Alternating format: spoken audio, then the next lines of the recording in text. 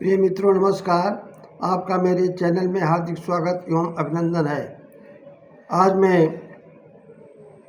आपके समक्ष महाकवि कालिदास द्वारा विरचित रघुवंशम महाकाव्य के 8वें सर्ग का कथासार प्रस्तुत कर रहा हूँ। 7वें सर्ग के अंत में जैसा कि आपको विदित है कि महाराजा रघु के पुत्र महाराज अज ने विदर्भ देश के राजा भोज की राजकुमारी इंदुमती के स्वयंवर में जाकर उसमें भाग लिया और सफलता हासिल की। अर्थात राजकुमारी इंदुमती के स्वयंवर में इंदुमती ने राजा अज का वरण किया और दोनों का विवाह संपन्न हुआ।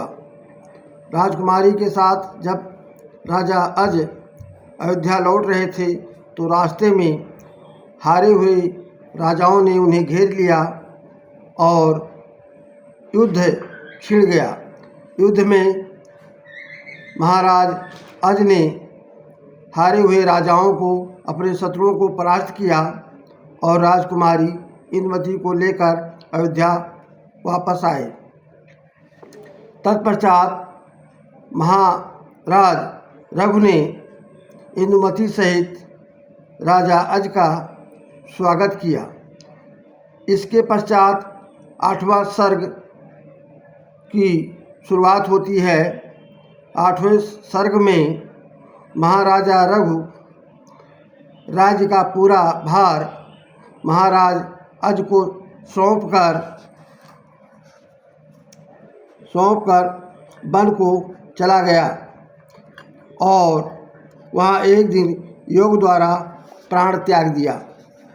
अज अपने नीति कुशल मंत्रियों से मिलजुल कर राजकाज देखने लगा और शीघ्र ही साम दाम आदि उपायों तथा संध विग्रह आदि षड्गुणों के प्रयोग में कुशल हो गया।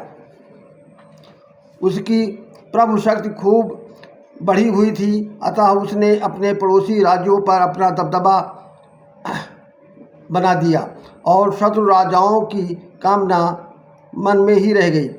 देश में सर्वत्र सुख और शांति का राज्य था। राजा एक दिन अपनी रानी इंदुमती के साथ उद्यान में विहार कर रहा था कि आकाश मार्ग से जा रहे नारद जी की वीणा से गिरी देव कुसुमों की माला नीचे आ पड़ी और उसकी चोट से सुकुमारी रानी के प्राण पखेरु उड़ गए। देखते देखते रंग में भंग हो गया।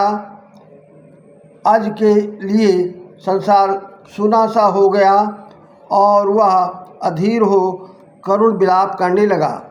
उसने फूलों की उस माला को अपनी छाती पर रख लिया और कहने लगा, यदि उसमें ऐसी मरण शक्ति है तो वह उसे क्यों नहीं मारती।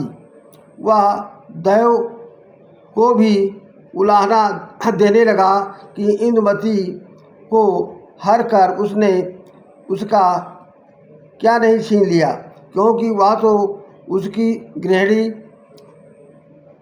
सखी तथा ललित कलाओं में उसकी प्रिय शिष्या सभी कुछ थी।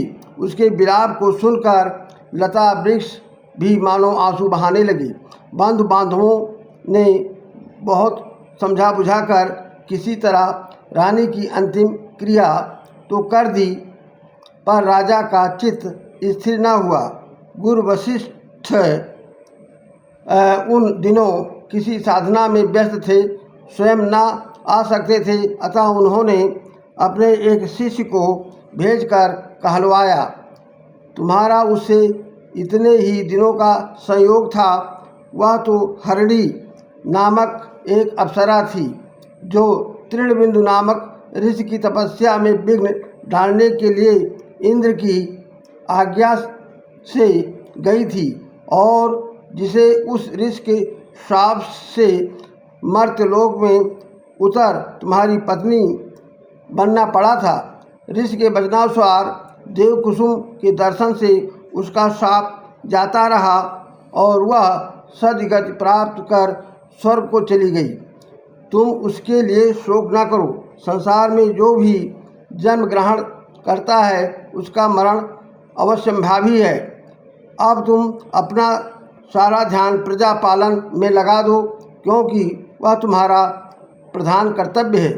तुम मरकर भी अब उसे नहीं पा सकते। रोकर तो कहना ही क्या, सब प्राणी मरकर कर्मों के अनुसार अपनी अलग अलग राह ले लेते हैं। प्रियजन की मृत्यु को मूर्ख ऐसा समझते हैं मानो किसी के हृदय में खूंटा ठोक दिया हो, किंतु विद्वान उसे ही दुखों से छुटकारा मानते हैं। एक दिन यह आत्मा अपने ही शरीर को छोड़कर चल देती है, फिर दूसरे बाह्य विषयों से अलग होने पर विद्वान क्यों दुखी हों। किंतु इस उपदेश का भी राजा के हृदय पर यथेष्ट प्रभाव न हुआ, तो भी शिशु पुत्र दशरथ जब तक राज संभालने योग्य न हो जाए तब तक उसने जीवित रहने का निश्चय किया।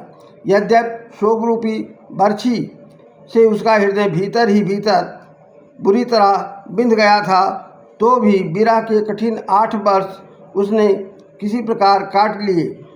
और एक दिन सुशिक्षित नवयुवक पुत्र दशरथ को राज्य प्रदान कर उसने गंगा तथा सरजू के पवित्र संगम स्थल पर उपवास द्वारा शरीर छोड़ दिया। इस तरह 8वां सर्ग की समाप्ति होती है। प्रिय दोस्तों, 9वें सर्ग में हम पुनः आपसे मिलेंगे। तब तक के लिए विदा चाहते हैं। धन्यवाद।